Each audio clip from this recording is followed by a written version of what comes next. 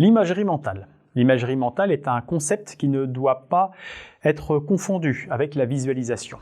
La visualisation est un acte plus volontaire, où l'on cherche à imposer à son esprit des images choisies, en vue de l'influencer. Ici, on se rapproche davantage de l'autosuggestion. L'imagerie mentale, elle, vise à faire émerger des contenus psychiques qui se manifestent en dehors de toute volonté.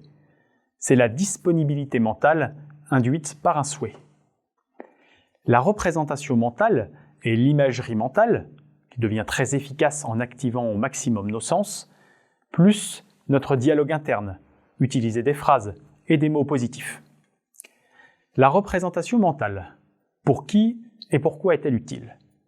Pour la performance sportive ou professionnelle, pour la motivation ou pour la gestion du stress. Pourquoi faire? Elle permet de mieux se connaître. Elle améliore la capacité afin de mieux percevoir son environnement. Elle stimule la créativité.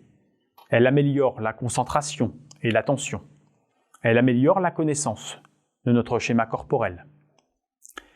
L'imagerie et les images induites peuvent être une image connue, déjà vue, une situation, des vacances, des fêtes, une compétition sportive, une personne, une odeur, comme un parfum ou comme une atmosphère, la texture d'un tissu doux, moelleux, plus rigide.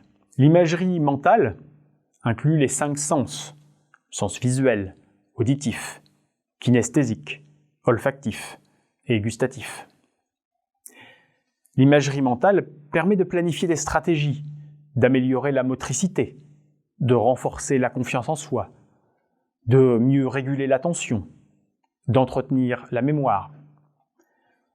Le dialogue interne, c'est le fait de pouvoir contrôler positivement la manière dont on se parle, être positif par des mots, des phrases, des discours valorisants et motivants. On se donne à soi-même des instructions et des encouragements.